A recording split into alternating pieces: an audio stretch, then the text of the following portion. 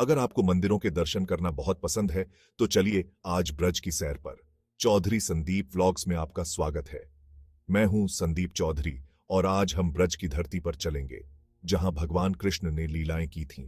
मथुरा में श्री कृष्ण जन्मभूमि मंदिर के दर्शन जरूर करें जहां कृष्ण जी का जन्म हुआ था। द्वारकाधीश मंदिर भी मत भूलिएगा जहां कृष्ण जी द्वारका के राजा के रूप में पूजे जाते हैं। और यमुना के किनारे स्थित विश्राम घाट का शांत वातावरण भी अनुभव कीजिए। यमुना महारानी की पूजा में नदी की महत्ता और पवित्रता का ध्यान रखा जाता है। भक्त यमुना नदी के तट पर जाकर उसकी पूजा करते हैं, आरती करते हैं और उसे फूल, दूध और जल चढ़ाते हैं।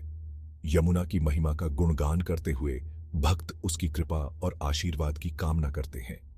यमुना महारानी की भक्ति से भक्तों को आध्यात्मिक शांति, मोक्ष और पवित्रता की प्राप्ति होती है।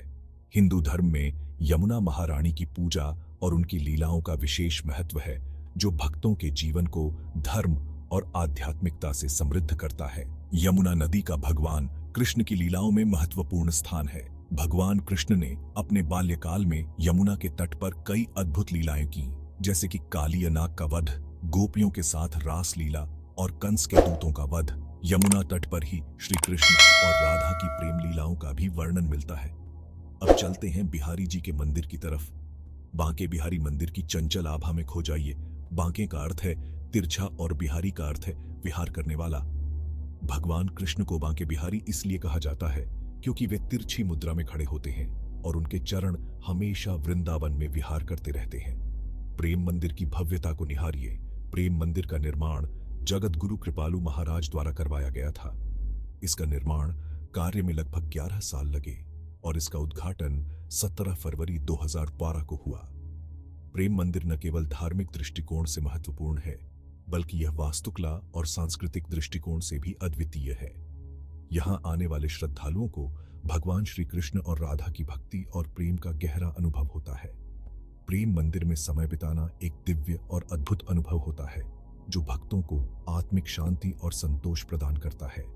आइए अब चलते राधा वल्लभ दर्शन दुर्लभ मंदिर की तरफ और राधा वल्लभ मंदिर की आध्यात्मिकता में गोते लगाइए।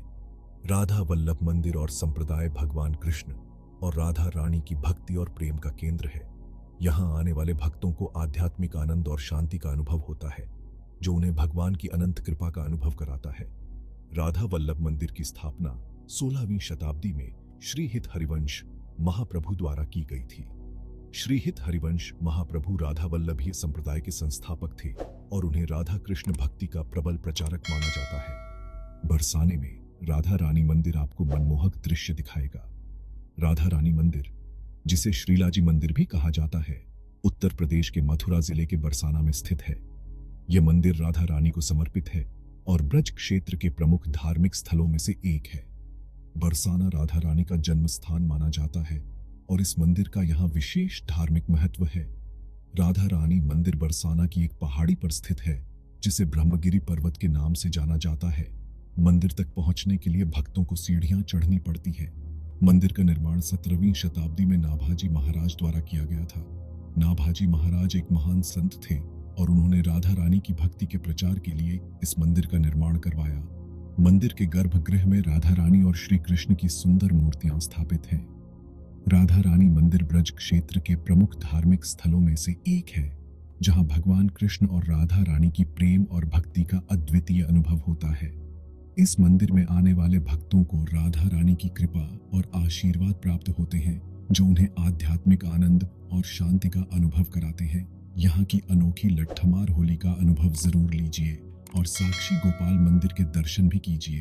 अंत में गोवर्धन में पवित्र गोवर्धन पर्वत के दर्शन कीजिए। गोवर्धन परिक्रमा का पुण्य लाभ लीजिए। दान घाटी मंदिर और पवित्र मानसी गंगा भी जाइए। ब्रज सिर्फ एक जगह नहीं, एक दिव्य अनुभव है। जय राधा रानी सरकार की। ऐसी ही और वीडियोस देखने के लिए हमारे चैनल को सब्सक्राइब करें। सभी को बहुत बहुत Radhe Shyam. Thanks for watching.